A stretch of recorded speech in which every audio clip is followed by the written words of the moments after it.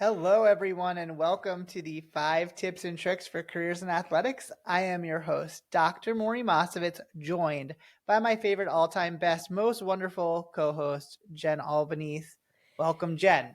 Hello, Maury. Welcome, everyone, to the podcast. I How's know. everybody doing? Another podcast. How you Another doing, podcast. sir? Good episodes. Doing Yes. well. Still getting over our movie-going review experience from today. Oh, my gosh. All right. Let's set the stage, and then we'll talk about it. Go ahead. So we were talking, there was something about Jen and I's age that came involved, and we were talking about movies related to a period of time in our lives, and the movie Titanic got brought up, and someone said they didn't know what it was, and Jen lost it. I'm appalled. Like, now, if you know me, if anyone who's listening knows me, Titanic is like literally my all-time favorite movie. If I had to like rank best movies that I've ever seen in my life, Titanic is like top 3, like one of the best movies ever.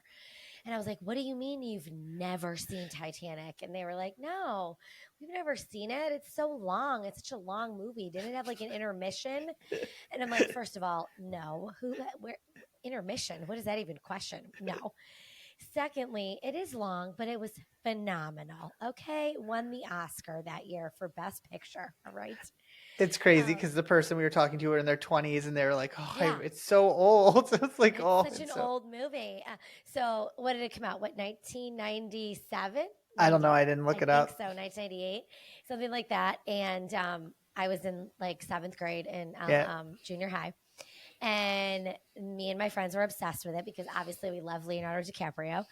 And I'm not even kidding. I think I saw it in the theater maybe 20, 30 times.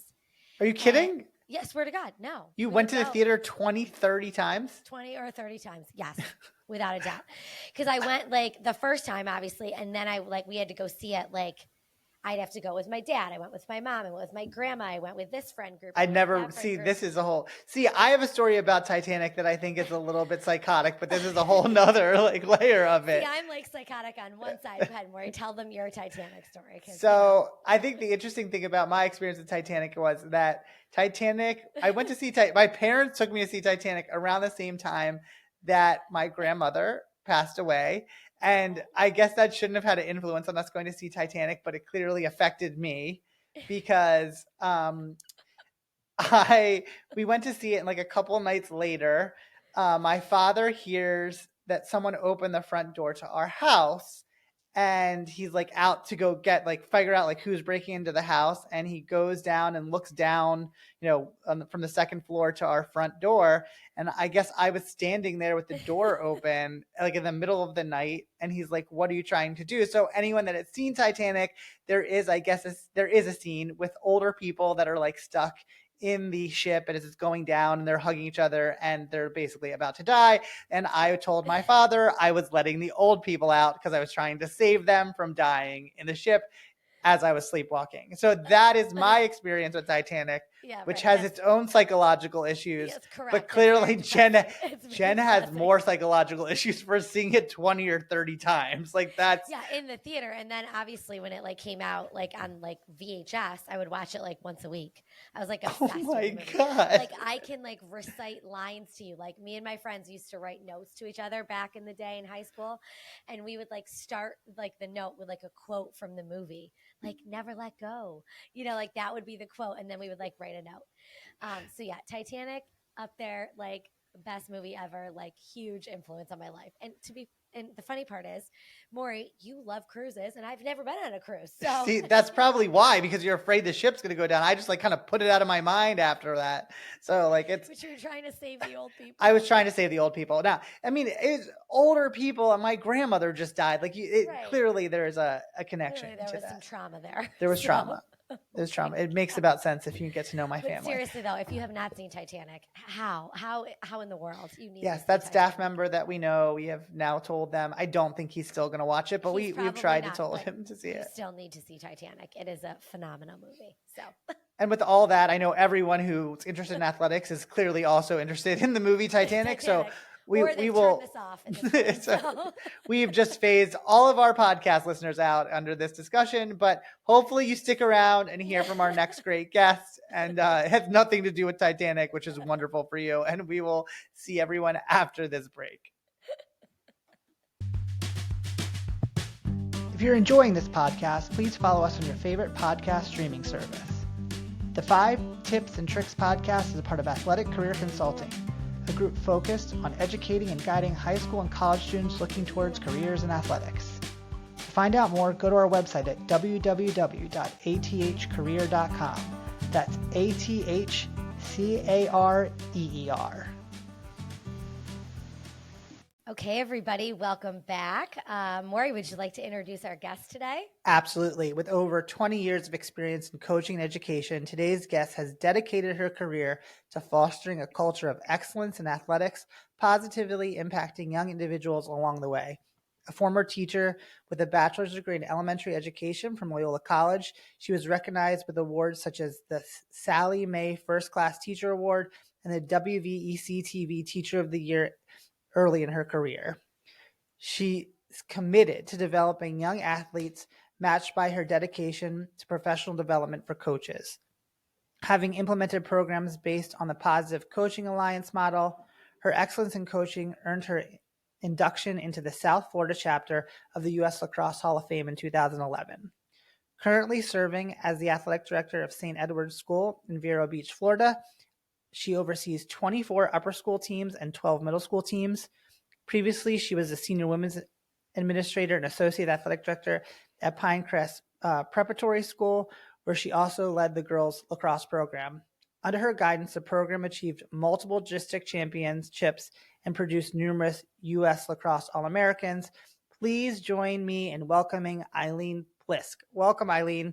Hope I said the last name right. It's close. It's Pliske, but close. Pliske. I was close. Yeah. I was close. I should have done that in the pregame. I should have made sure. I thought I had it right. Well, thank you so much for being here today. We're really excited to have you. Thank you for having me. This is really exciting. I love podcasts. I love listening to podcasts, but this is my first ever being a guest on one. So, well, it's very easy. You don't have to worry. Okay, thanks. We're excited to chat with you. So again, thanks for taking the time to talk with us today. This is great.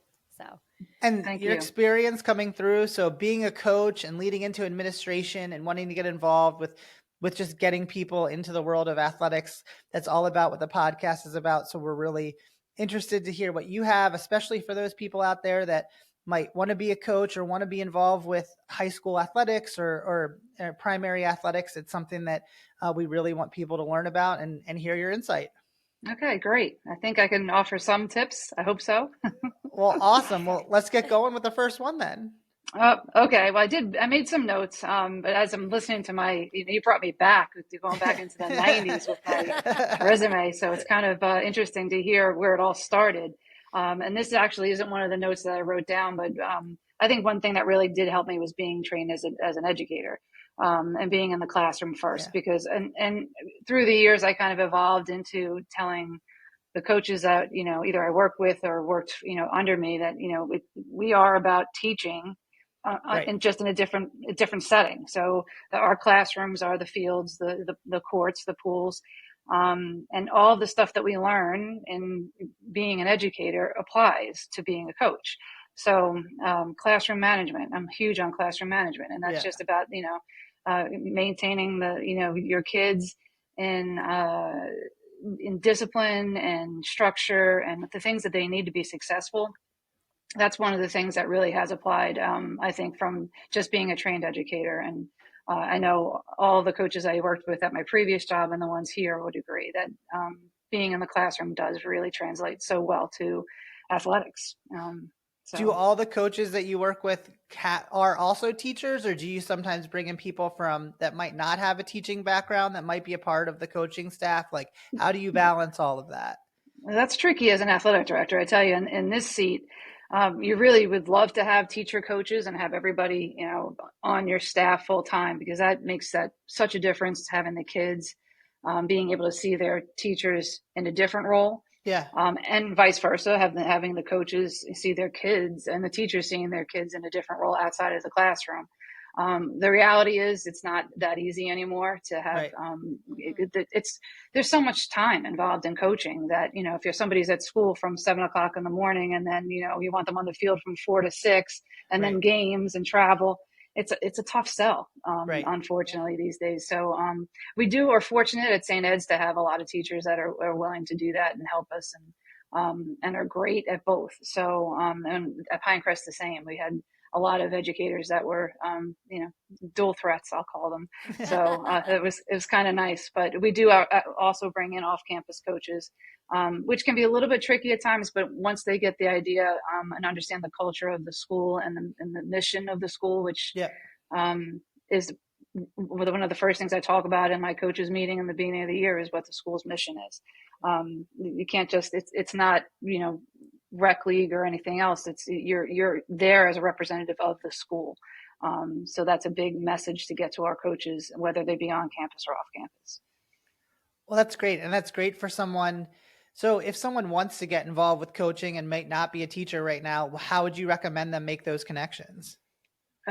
Really put yourself out there, kind of, look at, obviously some schools will post things on their website and stuff, but being in the community, if you're a rec league coach or a club coach, and you want to get involved in, the relationships of high school students, it's great to put your name out there with other people that are connected to a school, and kind of know that you're always on display. Like if I'm at a game, I'm watching my coaches, but I'm also watching the other team's coaches, and a lot of times that's where you find great people, and also find people that you're like, I don't want that person on my staff. So whether you're in the community coaching, I think, and you want to get your feet wet with that, it's important to know that you're really always on display, not only for the kids, but for people that you might want to advance your career with. Yeah. That's a good tip, because that's even really good point. Yeah. Even in the college world where we're looking for coaches and they might be assistants somewhere else, and you're like, oh, I don't really think we might want that person here. Like that's such a key thing about trying to make connections and be involved. So this is awesome. Thank you so much. I think we got like a tip and a half out of you out of this. I know. I can keep rolling with that. That was great. So what do we got for number 2? All right. So a little bit on the boring side, but when you're an AD, you have to plan ahead. So long term and short term. So long term is looking ahead for seasons. If I'm in the fall season, I have to look ahead to winter and spring. I can't just exist in the time. You can't exist in the now when you're an athletic director all the time. So just for things, needs, equipment needs, uniforms, do you have everything? You have to be organized and look ahead. But also short-term wise, when you have game day, that's a big part of the job is prepping and getting everybody, the clocks and the consoles out to the field and the cash boxes and all that stuff. What I learned, really what I thought about this year when my running around the campus and trying to set up on game days was, I learned the most from waiting tables, because I maximized my steps when I waited tables. I was like, okay, if I'm taking this tray out, I can serve this to this table and that to that. How many things can I take at once? Multitasking. Multitasking. Yeah, absolutely. And so I would just like this. It feels like a lot like waiting tables again. But I would think I'm going to go here first. I'm going to take these 3 things that are going to this field, and then I can come back and get this for that field or that gym. So I think the planning ahead and always thinking ahead is one of the things that is a big tip. For you can't wing it. You got to really think about it when you're setting up for either that day or the future. So yeah, I feel like that. Yeah, I feel like that's across everything, is planning ahead, and it's not boring. That's such a good thing for people to remember, because you can only be successful if you're planning ahead and you are kind of that one step ahead, so that you're not scrambling. And on game day, I mean, I understand that, from running around on game day too, from every aspect of making sure things are organized and planning ahead, and so you're not scrambling on game day. So that's a really good. That's not a boring one at all. Okay, good. That was great. Honestly, it gives me some PTSD thinking about multiple games on the same day. It's like, oh God, you're always trying to figure out, okay, how do I get these 3 things in? And luckily, I'm one of the people that help deal with the schedule, so we try not to overload things on the same day. But sometimes it's unavoidable, and you're in 10 different places at the same time. I think this weekend I know on our staff, we had, I think 3 different events going all at the same time that just couldn't be avoided. And Right. it's like, how are you going to make that all work? And I love the waiting tables example, because that's like just something that so many of us can relate to. It's like, how do you get everywhere and make sure that you're not wasting any second of it? Yeah, that's, you learn to be efficient that way. It was such a great, it's one of the best things I think I've ever did in my career. So, that was good to get through college. So if you want to be in athletics, be a waiter or waitress. Exactly. Yeah, wait some tables. Exactly. Yeah, do something in service industry, that's for sure, because you are definitely, getting, serving a lot of people at one time. So, and it humbles you helps. It humbles you to make you think about other people too, because if those people are waiting for you, or you're dealing, like it makes it very quickly understand things. We are definitely in the customer service industry, that's for sure. I was just going to say, that's our business. No matter what level you're doing it, it's customer service. So. That's right. That's right. Okay, yeah. Wait tables, everybody. All you high schoolers out there, go straight to your local restaurants. I'm sure they would appreciate it. I'm telling you. And you can make some good money too. Good money. So true, yeah. Mm-hmm. Okay, great tip. Let's go on to number 3. Okay, number 3, be visible. And that's, look, being an athletic director, you have to be at the events, and honestly, it's the best part of the job, watching the kids participate in sports. I remember at my previous job, and this is years ago, when I, kind of first started getting into the admin part of game day operations, where I was kind of in charge of the event. I was watching a soccer game with one of the dads, standing up in the stands, and he was in finance, so his schedule was totally different than mine. But he just turned to me, he said, "You have the best job." And I'm like, "Really?" He said, "Yeah, you get to watch sports all the time." And I'm like, "You know what? You're right. This is awesome." And it really is the best way to enjoy the kids in a different way, and to see their successes and their failures. I tell them all the time, I said, "Guys, you think that we're just watching the highlight reels. I'm watching what you do in moments when you're not successful." And do you put your, we call it palms up. That comes from Coach Harris from back at Pinecrest. He would always call it palms up. Do you raise your hands and put your palms up when you don't get the call, or somebody doesn't give you a good pass, or do you just go to the next play? So you're always on display. There's so many things to learn about a kid's personality and coach's personality at games, and you have to go. So just being visible, and which, like, that's not the hard part. It makes long days, but so I think some people try to get out of that maybe, or think, "Oh, I don't have to go to that event." And you should. It makes a difference when they notice when you're there. And they notice when you're not there. So, So a good thing is, but how do you schedule all that? How do you make yourself available to get to all that? Like, when you're thinking about it, how do you deal with those, trying to make sure that you're present at all those different spaces? Well, it depends on, home events take priority, obviously, because we're in charge of them. Yeah. So if we have a couple of multiple events, then I have to split a little bit. So either I'll start at one and go to another. But since we're a smaller school, we're fortunate that it usually is the middle school events are before the varsity events. So I kind of just like float from one to the next as the time progresses. If we're ever, having multiple events at one time, then I'll start at one and make sure it's running. And then if I'm not running a clock or doing something that I can't move, if I leave, that's a problem. Or I'll see our associate athletic director. One of our associate athletic directors is also our trainer, so he's at a lot of events. And then I have another associate athletic director that also helps me cover events, and he's like the voice of our school. So it's pretty cool. So we can kind of share it a little bit, but I'm always at something. So this week we have football away. You got to go to I'll go down to that game in 2 hours away, but it's great. It's fun. Right. So yeah. Awesome.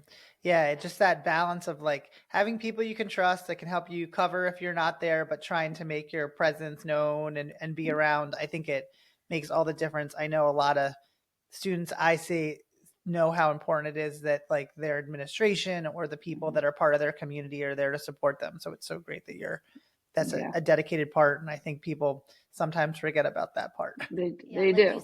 Like you said, they notice when you're there and they notice when you're not there. So I think that that's a good point too. Like you may think, oh, you're kind of just standing in the background or you're standing up in the stands. Like they see when the people are there that matter to them, whether it's an administrator, like you said, Maury, or if it's a family member, or if it's, a teacher that they, really that has an impact on them. That makes a difference to those student athletes. So I think that's a really important one. I love that one. Very true. Yeah. Okay, Jen, keep me on track. We are number 4. We are on number 4. Okay. We are rolling right along. Okay, I'm rolling. And number 3 kind of rolls into number 4, so that's a good thing. To me, it's about the relationships, and it's the relationships with the kids, the students, the parents, and then your faculty and staff. So with students, for example, like going back to being visible, when you're at the games, you're going to have to interact with them. Like I do things like I'm at the car line every morning. I don't have to be, but that's truly where I get my energy, is going and watching these kids come out of the car and greeting them every morning. And just, and if they had a game, I could say something to them then about that. Yeah. And whatever play I observed, or, good, bad, or whatever, we talk about it. So those relationships with the kids make such a difference. So it kind of goes hand in hand with being visible, but actually finding other ways, not just the games, to find them, to connect with them, to ask about things other than sports, their families. Just about building and creating a relationship with the student athletes is, to me, huge. And then with parents, the parents can be, people think they're the enemies all the time. Well, I was going to be one of my questions I was going to ask you, because I've talked to a lot of coaches in high school that are kind of nervous about being coaches because they're afraid of parents' reactions or how things are going to be taken, or scrutiny. So that I think that's a huge thing for people that are thinking about being in administration in high school or in coaching. Yeah. And I think you have to be approachable, right? I mean, it's not always going to be, sunshine and cupcakes and rainbows and stuff, but having that, if you have an initial, established relationships with the parents. The first day I was at school last July, when I got this job, there was a boy that was outside throwing a lacrosse ball against the building. And I'm like, in the middle of July, and I'm like, it's so hot, in Florida. And I'm like, who is that outside? And I thought it was great. I'm like, he wasn't hitting any windows or anything. So I went down there, I opened the door, and I started talking to him. And I just asked him a question. I'm like, first of all, aren't you hot? It's July. And he's like, and then he said, who are you? And I said, I introduced myself. And he, you're the new athletic director. He took off his glove and he came over, shook my hand. And I'm like, this is my first interaction with one of the kids, the student athletes at St. Ed's. And I'm like, this is awesome. So I emailed the parents and just said, listen, I didn't know him. But I reached out to them to say, this is what just happened. And it really, it was great. I thought he was so polite and, looked me in the eye, shook my hand, and it was a great interaction I wanted to share with them. And the mom, she had one of the best replies I've ever had. Was her response was, thanks for Beckley's get out of jail free card. I was like, so right away we had a banter going. It was such a great reaction. But again, it's about that relationship, and not only with the kid, but extended to the parents, because parents, we like to hear the good things about our kids, right? And a lot of times when the school calls or there's problems, you hear the bad. So I'm a very positive person. I try to be that way in pretty much everything I do. Not that I can't get cynical, because I can, but it's tough. And being positive takes a lot of energy and effort. It's not something that happens naturally, I think, unfortunately. So anyway, the interaction with that family started, and then the good reception on the other end, it makes you want to do it more. Like, okay, if I can see kids do things well, catch them doing good, and let them parents know they appreciate that. So that helps build that foundation. So it's easier to have conversations about, anything. And not that it's all great, but it does help the relationships for sure. So you're saying when that parent calls and asks about playing time, it's a lot easier to talk about it. It is. Well, it is. But one thing, we don't talk about playing time. That's one of our rules and our parent rules. Is, that's up to the coaches, But yeah, you just kind of break the ice and you say, okay, it gives you some good foundation with the relationships that you need to maintain.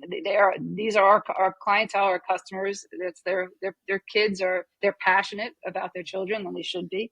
And they're passionate about, the people that are in charge of them and taking care of them. So we have to, respect that. So. Well, I think you took the edge off a lot of people that might be afraid of jumping into coaching or administration, because that's the one I hear all the time is, I'm afraid of what the parents are going to say or what the reaction is going to be, or you hear these stories. But I think what you said about like kind of starting and building the foundation of that relationship right off the bat just makes for a positive experience along the way. There's obviously going to be hard conversations. Mm-hmm. Nobody's saying there isn't going to be hard conversations, but if you already have developed that relationship where the parent trusts you, where they have a good feeling about you, a good experience with you, like it's going to be easier to have those more difficult conversations if those relationships are there. And that's not only in coaching, but across athletics. I feel like you said, you mentioned with your staff, with other outside entities that you're working with, like those relationships help you be successful in whatever you're trying to do. Mm-hmm. So I love when people say that. We've said it a couple of times on the podcast, but I love it in this setting because it helps with that on that coaching side of things. But relationships are so important. So it does. That even goes back to teaching too, because when you're having a parent-teacher conference, you start with the good. We love having the little Johnny in class, but and give something positive so the parents can relax a little bit, and then you kind of you put a little bit of put a little bit of yucky in between, and then you bring it back with something nice at the end. So it's that sandwich, that sweetness sandwich that you have to have. So but it does help to always leave with something positive. So and you're right with the staff too, the same thing. And we have to know names. That's another thing I said in my relationships is like, I happen to be, for whatever reason, very good with names, but learning the names of the student athletes as quickly as possible, kids you're coaching. I mean, sometimes I was watching coaches in action and they didn't know the kids' names after, a couple of days. And I'm like, ooh, we really that's a big one. You got to know that. And I think that works with, administration too. Know people on the campus, get to know, everybody, facilities, cafeteria, so that you can, everybody works together. You can't do this by yourself. So. Yeah. Awesome. These were great. This was great. Okay, Jen. Bring it on home with the last one. So the last big one. So, Eileen, what do you know now that you wish you knew then? So what do you know now at this point in your career that you wish you knew at the start of it? It's an interesting question, because I'm like, it can so easily go negative, but I don't want it to, because like time is the obvious one. It's like, it's just a lot of time. I happen to be in a perfect point in my life. My kids are all out of college, and we're empty nesters. I have a dog at home. I can, we're good. But so it's a lot of time, but that's true. But I think really what I learned throughout my whole career from coaching to administration and athletics is you kind of learn to redefine your definition of success. So success is not. I have no idea what my coaching record was. Winning. I always hated that question every year. I'd have to go look it up. And what was my win-loss record last year? I'm like, I don't know. Don't care. It's not about that. For me, it's about it's all about the experience that the kids have, and that's what you hear about. When you're doing it long enough, the players that you keep in touch with, and hopefully the coaches that you keep in touch with, it's about how you made them feel, and the experience that they had. So. I'm not all about, records and, championships and everything else. I like them. I like to win, I'm competitive as anybody else. Right. And I've been fortunate enough to have, a successful, coaching career when it comes to numbers, but, when it comes to relationships and experiences, that making it, I've had my turn. I tell the kids that all the time. I tell the coaches that, I've done that. It's their turn to have the experience. So we have to make it about them. And do it the best way we know how. So just kind of evolving your definition of success is what I've come to realize. So that's awesome. I feel like a lot of times when you take that approach, it leads to success. Like it leads to those championships or kids being like scorers. And like I can think back on my college time or my high school time, and I've thought the programs that just put in that effort and it was about that culture and that team we're so much more successful than those that just looked at the numbers straight up. And it just makes all the difference. Yeah, it does. I mean, through my coaching, we always had a theme every year, and it was just, and that really came from the experience of the girls, and it kind of rolled over into each year. But it was like an unveiling of the theme. Everybody was all, what's it going to be this year? And they always had meaning. And well, actually, one of my favorite ones was that I took from the musical Wicked, which is for good, and we had that in the back of the shirts. And one of my favorite songs. Right, I know, but it's because I knew you, I've been changed for good, and that's what it was about. The culture of my team when I was coaching, and it was about impacting others in a positive way, so that you make the world a better place, really. So, and you learn so much with sports. It's not even funny. It's the best platform to learn how to be a better person and just make everybody around you better, and how to fail. All that stuff. There's so many things wrapped up in one. So athletics are fantastic. It's such a great job. It really is. So we're going to put that as an endorsement across the podcast. So make sure everyone knows how great it is to be in athletics. It is. We can't thank you enough for doing this with us. We're so glad to have you join us and give your experience. And I know so many people are going to take away a lot of great information from this. So thank you for your time. No problem. Thank you. This was so much fun. Yeah, it was great. Like you said about the impact now, hopefully that's what we try to do with the podcast, is make that impact on people to want to be in a career like this and have an impact on others. So it was great. It was such a good conversation. So thank you so much. This was great. Thank you. I appreciate it. Thanks so much. Good luck with the rest of your sporting season, Thank Jen. You. Yes. Give out all our socials, everything for our fans out there. Yes. So make sure everybody's following us on all your social and podcast platforms to see all of our new episode drops every Tuesday. And then again, on our socials, it's at @AthCareerPod on X and Instagram and TikTok and Facebook and LinkedIn and everything everywhere. So make sure you're following and liking us so you can keep up with everything that we're doing. So it's been really fun. Yeah, absolutely. Thanks everybody. We'll see everyone soon. Bye. If you like the 5 Tips and Tricks podcast, make sure to subscribe on your favorite podcast platform. You can rate and review us, including questions that may be answered on future episodes. The 5 Tips and Tricks podcast for careers in athletics is part of Athletic Career Consulting. Check us out at www.athcareer.com. Don't forget to follow and like us on your top social media platforms.